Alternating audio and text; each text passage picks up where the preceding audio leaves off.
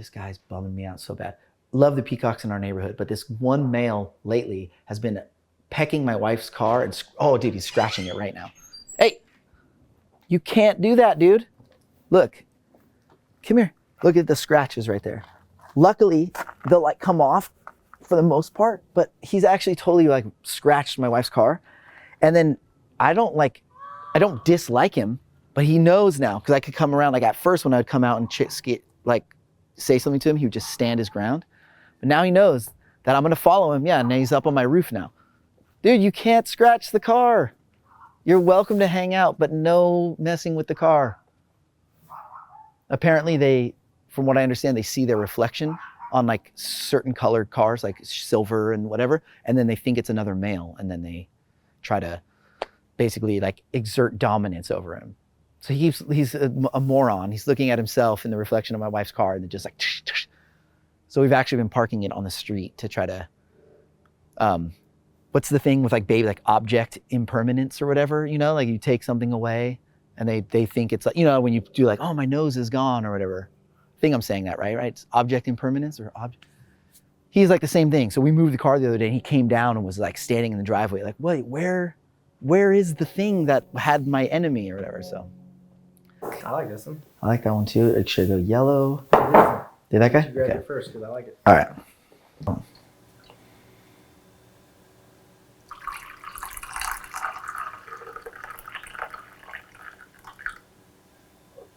Yeah, we met the summer of '95 because a skate shop opened in Uptown Whittier called Premium, and you knew the owners or something? Yeah. And I didn't even know those guys, but I lived in Whittier part-time because my mom lived there. And then we would go skate like Whittier High or this Alpha Beta spot or these like local spots. And then immediately I was like, whoa, this dude's super good. You were filming with like Lisa and stuff like that. And at that age, when you're like a teenager and you really are passionate about something and you meet somebody else who's like just as passionate and just as driven, you link up. That's like the tale as old as time. You're like, oh, that dude's sick. I'm gonna hang out with that guy because he's taking it serious or he's trying, you know, and I want to try. So there was like a little crew of us. All the spots are still there too. I know. Like I was just there. We went and met the dude. I'm like, really? It has not changed, dude. Like, it's kind of rad because they haven't like gentrified it or nothing. Like, yeah, this is like sketchy. Uptown Whittier, dude. Whittier, WVL. Whittier Barrio Locos. Growing up with these dudes and Lisa and Colin and everybody was, I guess, a visual artist. You know, you guys were filming videos with vision, shoot, like even photos. Lisa would shoot photos. It's always been around these creative people that I grew up with from the beginning. And I think it was just me not having the means to have a camera back then, but also I didn't want to. I wanted to skate more. And I think it just was natural. Like Krauser had a BX 2000. He was part of our crew. And then we would be out shooting and I'd be like, hey, let me get a double angle of that. And then I started getting good because he would help me with settings. I'd always be like, what do I do? 500th of a second? Like, and you'd just be like, yeah, here's your settings. And then next thing you know, he started working at 4-on-1 and I started filming Krauser. And we filmed a little bit, 90% of a profile.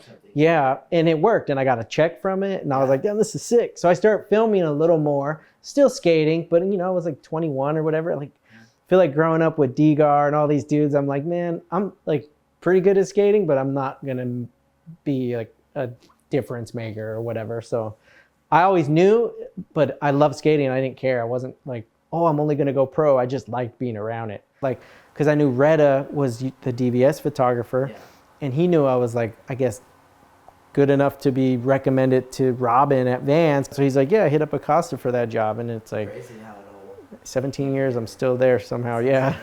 Anthony was a skateboarder first and foremost, and so he was also looking for spots. So he brought a lot to the table that a lot of photographers weren't bringing to the table. I remember seeing one of your first photos that you had shot was at like Liberty, and you'd had it printed, and I can't remember who it was, but it was like a small print in the shop. And I remember being like, "Oh, you shot that?" And you're like, "Yeah." And it was like I can't remember who it was, and that's funny. I have no idea. Sick. But at the time in my head, you were still very much like on the trajectory to having like a viable like skateboarding career. So I never thought that you were gonna like jump into photography and make it something right away or something. And, you know, like, so for me, I was always thinking like, oh, that's cool. He's shooting photos like just when he's not trying to film a clip because it's like at a spot that you're not going to skate. Yeah, that's funny. I never thought think that it was going to like become the thing. You'd be filming these tricks and there would be no one shooting. I remember you guys would have to call Ortiz or CU, or not everyone was so busy. There was like 5 photographers. There's 10 magazines. Yeah, and it was so much like, dude, go get this ad, go get this ad. And I remember seeing that always, like, dude, there's no one to shoot this, and bangers would go down. I literally learned how to shoot photos on sessions with Colin and Daewon. You got like that cover, the skateboard mag with Day One, Yep. right into Skate-More. I borrowed some money. I was like, I want to try this and see if it works. But then that was like the hardest part, was meeting the connections, meeting you, meeting someone who'd be like, yeah, come out and skate with us. Because if you're a nobody and you don't know, and like, it's hard, dude. For Like, sure. we're not going to hire someone who we're like, hey, Day One, this is so-and-so. We don't know who he is, if he's cool or not. Like, Yeah. he might jam us up, you know? Yeah. So I was already in a really good place, and it just, yeah, friends helped friends out. And The length of time that I think most people wouldn't have made that big of a shift in their career. And I think it was because he operated from that principle of like, oh, I'm not going to wait for you to bring me to shit. I've got shit to bring you guys all to. let me get my light right. What's my f-stop, bro? I mean, your house is a freaking studio, so at least that's... I mean, when I walked into this house, I was like, oh yeah, we're... Focus on this one on 3. 1, 2, and 3. And then I'm going to get a couple digi ones. This looks cool. It's silent too. I didn't even know you were shooting. Is that bad? I'm sorry, dude. No. Some people hate it. You know who said something? Josh Brolin. We were shooting with him and Grasso. He was like, dude, I hate that thing. I can't hear it. Like, but I was like, oh, there's video dudes. And he's like, whatever. He was fucking with me. That was kind of sick. But he said it's like all the skaters always bring up thrash, and like, of course, like amongst skateboarders, you were like an icon. He was like Michael J. Fox. exactly. These guys were representing us to the mainstream. Exactly. He's funny though. He seemed like a super rad dude. Him and Grasso were connecting. When I grew up, I was always like trying to like keep refining and keep refining and keep refining. And then by the time I got there, that landscape had shifted. And I'm not the first person that's probably ever felt that. Like, I think if you go back, there was people who probably were into like, you know, who were actually into filmmaking. And then when video came around, they're like, wow, digital. Getting older and having the majority of my like adult life working in something that's not tangible. You know, I'm making like skate videos. And for a while there was like a tangible quality. You could have the VHS on your shelf, you could have the DVD, but that ended like a long time ago. Yeah. And suddenly the rate at which everything was moving, there was less of like a direct correlation of somebody's success or like career advancement or just happiness because of a thing I'm working on with them. And I missed that kind of like where you felt like you were like a team. Getting started in ceramics was a few different things, but it was one that kind of urge to make something that was tangible that I could like use or give to somebody. And suddenly like the forms and the colors and the textures, like everything was like, whoa, this is kind of sick. Like I never really explored. Interested. That's so you hit something that you were into. Exactly. Yeah, because then if you don't care, you don't care. Exactly. Like, oh, you know, when you first start diving into it and you start learning like the nuts and bolts that to take you from concept to a finished thing, if you're into it, that's like fascinating. Because for, you know, I'm like, what? Like, cool, it's a cup, like it's glazed. I knew that, you know, everyone knows the term, it's glazed. I'm like, well, how does it, why is this one speckled and this one like not? How do you achieve this? And why is this one like this? And how do you get that design on it? And then it's like that painted on, is that glazed on? So it was like, it's just curiosity. Then the pandemic hits and I have no work in skateboarding or filmmaking or anything. And my wife though was working in animation. And animation, because it's not, you don't need to be in person. So her job didn't really skip a beat. They just went to like online and her job kept going. So she was like occupied all day and I would take care of the youngest. And I was, you know, just basically there to like help him throughout his day. So I had all this free time while he's like on his like Zoom and I needed to get like more planters and stuff. So I kind of like rekindled this like thing that had been slightly dormant because we didn't need any. And then I went down the rabbit hole and I started getting more and more. And I was like, damn, how sick would it be to like make something? And then being like a crazy beginner at something, which I hadn't experienced that in a long time. That's how I got into coffee. We were just at home and like, yeah, we have a couple coffee places by our house and we'd go and get some. And then I was like, I want to learn how to make this stuff. See? We got books and we got like Chemexes and weird things. It's the same thing because you're like, I want to learn something totally from scratch. So it's funny because it like lends itself to the exact idea of what these came from. Started in the summer of 2021, and then like in typical skateboard fashion, where you kind of go in like all or nothing. If you really fall in love with skateboarding, I signed up for like 2 concurrent classes, like one at Monrovia Adult School and then one at Pasadena City College. So I was like all week, you know, when I wasn't taking care of the kid and doing stuff at the house, I'm like in ceramics. But it's like, I'm like, I don't know, maybe I'm like shop sponsored by like a good skate shop, maybe. But like that level. I was like, oh yeah, that feels like something Colin made. Yeah. Like I feel confident enough at this point to sell stuff, but I'm also not lying to myself and being like, dude, I'm like crushing, you know, like. But Colin would never be at that level to like toot his own horn. So that's why I'm saying it's an art that I feel like you're in this, and I think it's pretty sick. So thank you, dude. My first months on the wheel yielded like rocket flips, essentially, you know, like the equivalent, like they just weren't working. I couldn't put my second foot down, you know, and then once you land it, or I made one bowl or one cup that kind of felt good. Yeah, then you're just like, oh, then you're like addicted. A whole nother door of something. Exactly, and you can't wait to get back to class to see if you can like replicate that or improve upon it. So it's like everybody kind of comes to skateboarding with the same set of tools and tricks, and then it's like, how do you do it? Finding the frame is like finding the spot, and then making the tiles is like having the skater for the spot. And then when you get it to work, like the frame and the tiles, then it's like getting a trick on film or getting a photo. It's like the full process of like, oh, I knew there was potential there. I just didn't know how it was going to end up. You know, some of these are scaled more for like an espresso, you know, and then some of these are like more for like a coffee or a tea, or they run the gamut. We're like celebrating that. Yeah. And then the plus that we're homies and like that we've grown up. And growing up skateboarding and being in all these beautiful and thoughtfully designed spaces, which we weren't aware of, particularly as a kid in that context, but we knew it felt good to be in them and skate in them.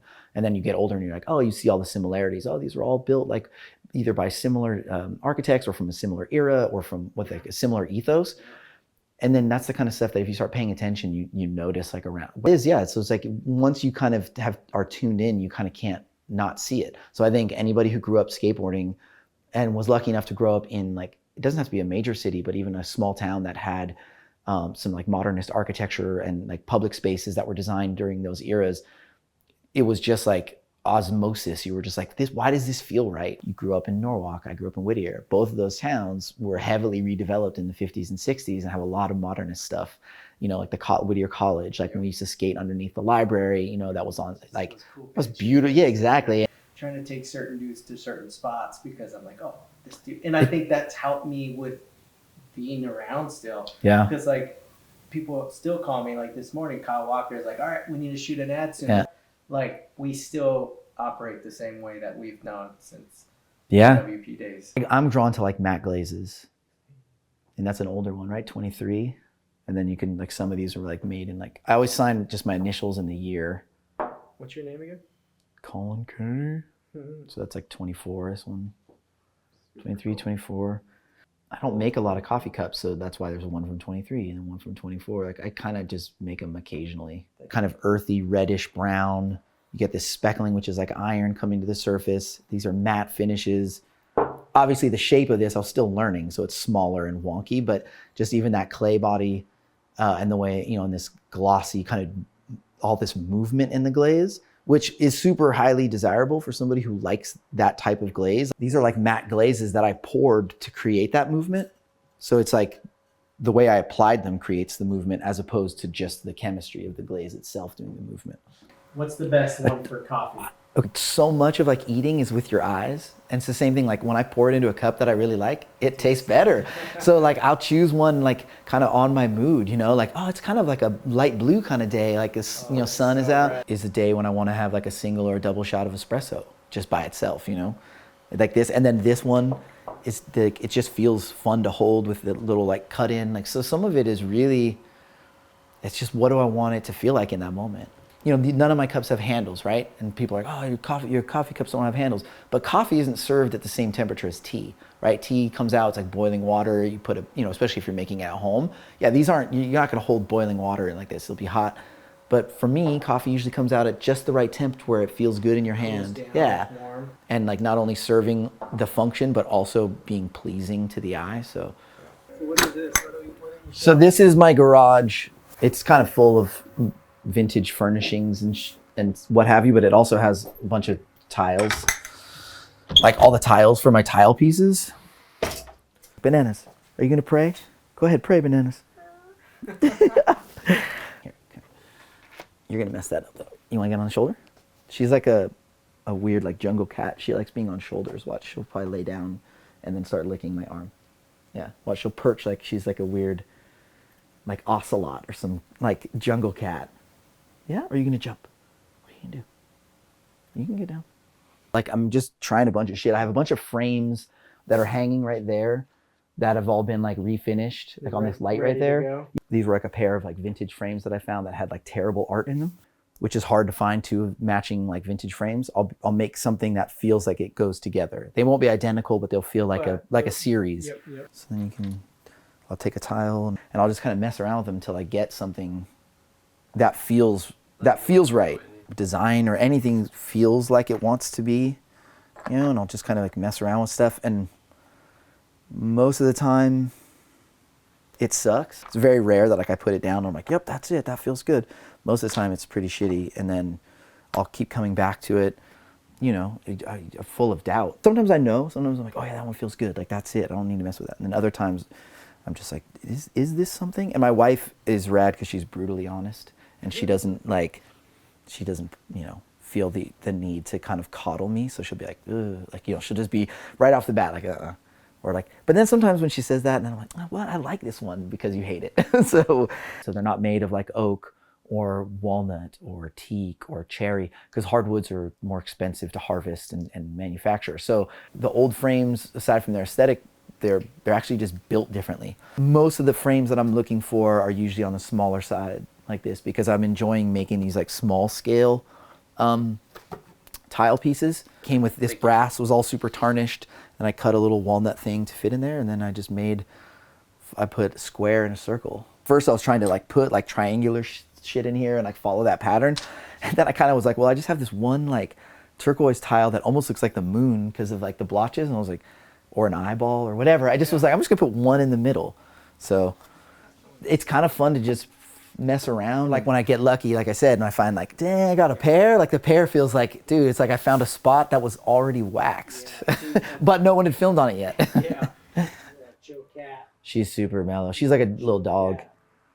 The reason I'm maybe not as far along as I would, or as confident in my work as maybe I should be or could be, is because I only go once a week. So it'd be like if you go skating once a week for 3 hours, like you're gonna plateau. You know, you're not gonna have these big moments of like growth. So the goal is to get rid of all this or most of it, and then get a wheel in here. Have it be the workshop. Yeah, sure. Yeah, exactly. Well, we started a coffee company I mean, there's so many coffee companies. Yeah. We also have a good coffee roaster, but like, dude, it's just to introduce our friends, and like, this is what they do, and we're gonna celebrate with coffee, and it's like little things to incorporate what we believe in.